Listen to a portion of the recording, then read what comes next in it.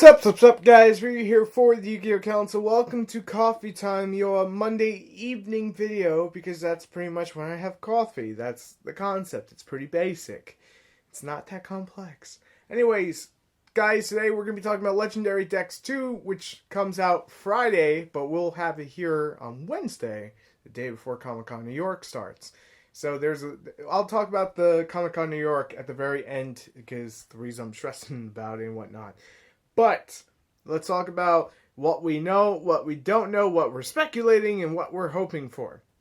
Now, before this video gets completely underway, let me make note, very, very important note, that when I record this, we don't have the full spoiler. It's not Monday, it's Sunday when Ryu records this, so if he says something that is speculation-wise and it was confirmed in the about 18 hours from the time I put this together, then you'll have to forgive me and just, I'll put it out in the comment section or whatnot. If I don't put it in the video, I don't have time to edit it because my day is going to be super swamped.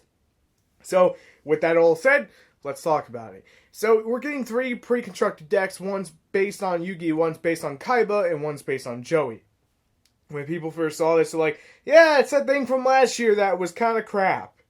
I like that thing, though. It was fun to open and get those memories. I mean, it's just like you look back at that one, you look at this one, you're like, holy crap, that one was complete shit. So for $30, you're definitely getting your Blackstone of Legend reprint. You are getting your Secret Spellcaster, Secret Village of the Spellcasters. You are getting some Red Eyes reprints. You are getting a bunch of fun fucking shit that needs to get reprinted in all seriousness. But there's a lot of unknowns. And for the first time ever, you'll be able to grab yourself Ties of the Brethren. Now, that's not completely confirmed, but because some of the cards that are confirmed are from Millennium Box Gold Edition, I'm going to read off the spoiler from that and basically just talk about what we can pretty much, assume will be in there. Because obviously there's some changes, like Secret Village wasn't in the OCG product.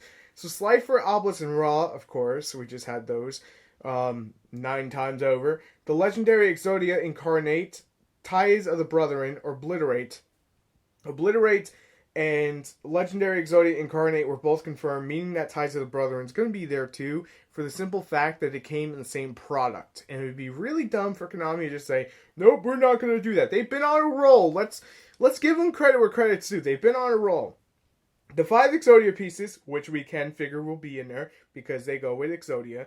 The Dark Magician and Dark Magician Girl Knight, we can pretty much confirm will be in there. The Exodia Necross, which that's a maybe.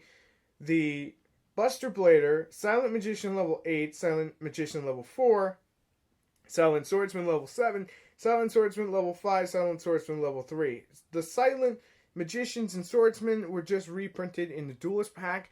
I can't really see them reprinting it twice, hence that leaves open the 5 slots for stuff like Dark Magic Attack and Secret Village and whatnot.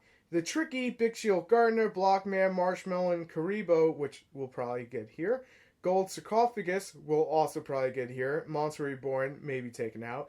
Swords of Revealing Light, Card of Sanctity, Magical Dimension, Magicians Unite, Tricky Spell 4, Thousand Knives, Dark Magic Attack, disregard what I said there, Dark Burning Attack, Dark Burning Magic, Contract with Exodia, Mirror Force, Magical Hats, Magic Cylinder, Shattered Axe, Magician's Circle, and Eternal Soul. I really don't think we're going to get Magician's Circle in here because that would be fucking insane. Now, it's an extremely long shot that we would get Apprentice Illusion Magician. As fantastic as that would be, because that's a V-Jump card, and it wasn't too long ago that it was just released to the OCG, and usually there's a 6-month gap at the very least from the time that V-Jump card, and it's not to say that's unheard of, but let's be frank about it. There's about an 85% chance it's not going to be in here, and a 15% chance it will. I'm not trying to shoot down your hopes and dreams. You gotta hope for the best. For the Joey side of things, we know we're getting the Spider Roulette, which is nice. We're probably going to get Jinzo. We're probably going to get Guilford the Lightning. It took me a minute to remember that thing's name. We're going to get a bunch of Red Eye support, so we'll probably get all the main Red Eyes cards reprinted here, because Invasion Vengeance is going to have some brand new Red Eyes cards, and God help us, they're not that good. Too many restrictions. But, hey, a lot of the Red Eye stuff was not in the mega tins. So this is a perfect time to reprint them, sell it as a $30 product, and say, guess what? You get more money for your wallet. And I'm going to be serious. In this video, we're also going to discuss what I want to see in a Legendary Collection 3, because, well, you know, Legendary Decks 3, because there's a lot of potential here. And there's some things that come to my mind when I think about it, but we'll get there at towards the end of it, to say the least. The Kaiba deck, all we know is it's gonna have blue eyes. That's a given. All we know is it's gonna have blue eyes. You could argue that there is a chance, because we're about 5 months from when the stuff was released, that we'll get reprints of all the major blue eyes cards. And for those naysayers who will say no, that will not happen, I'm not trying to single you out, but let's look at the Megatins with Spirit Dragon. Spirit Dragon got reprinted in there, and it's not too far-fetched to say, hey, we want this product to sell and be one of the major backbones for our Christmas sales. And you know that Joey side already has that Blackstone Legend. You know that Yugi side already has a Secret Village. There's really not too much Kaiba thing, you know, anything Kaiba-wise that you could put in here besides maybe Chaos Emperor Dragon, if they're going to bring it back on the next list, which would be Sengen and Chaos Emp, which would be beautiful because he did use it. And yes, you guys did correct me when I talked about it last time. It wasn't against Yugi. It was against that guy with the weird anime deck that's still an anime deck, because apparently it was too powerful to be ever put into, you know, print. That's a thing.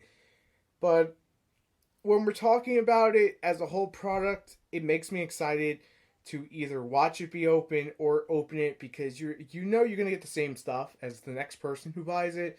But the point is, for $30 getting a reprint of Secret Village and the Blackstone Legend, that is so beyond worth it, because right now to buy those separately is going to cost you $60.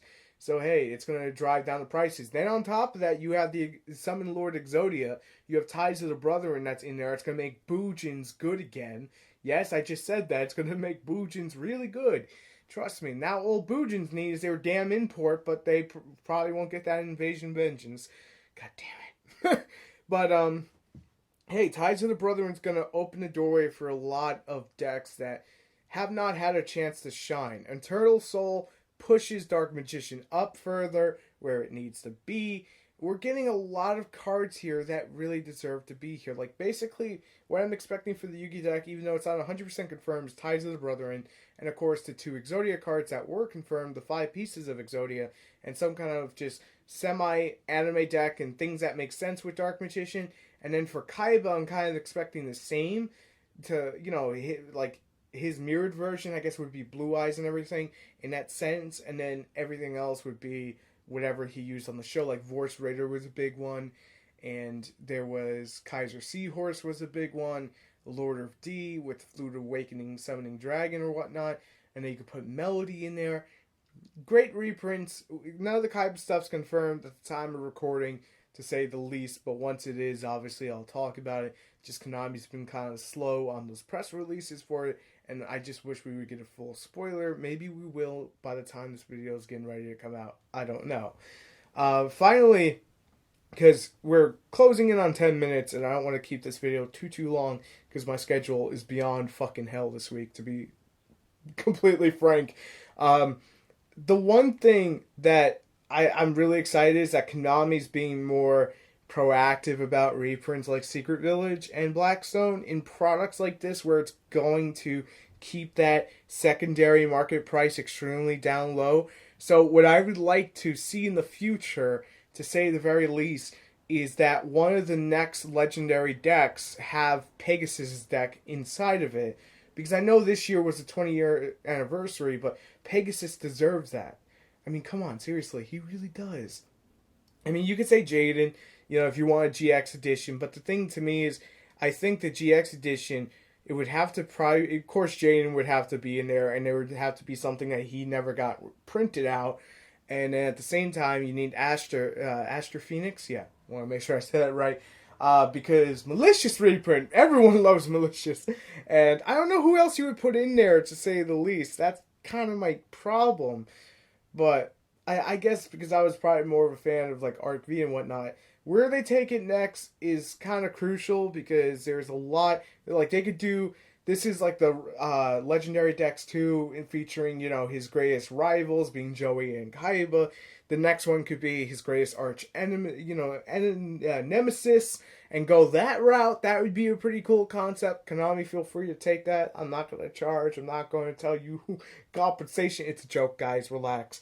In all seriousness, that's just my 2 cents on the whole thing. You should go out and buy it if you have any interest in a Blackstone or a Secret Village or Eternal Soul or Ties of the Brethren.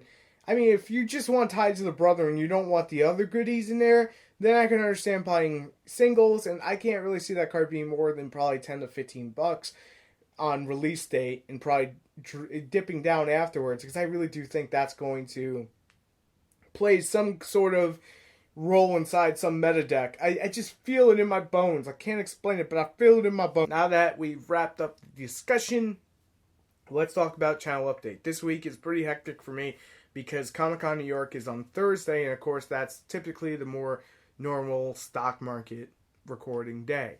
Since I will have to be over at Comic-Con New York extremely early, you're going to be getting your stock market this Wednesday, not this Thursday, to make sure that it's not screwed up, because I don't want to be at 4 in the morning and, hey guys, we're here for, I want to be the level that I'm typically am, I want to give you some professionalism. I want to give you some of that.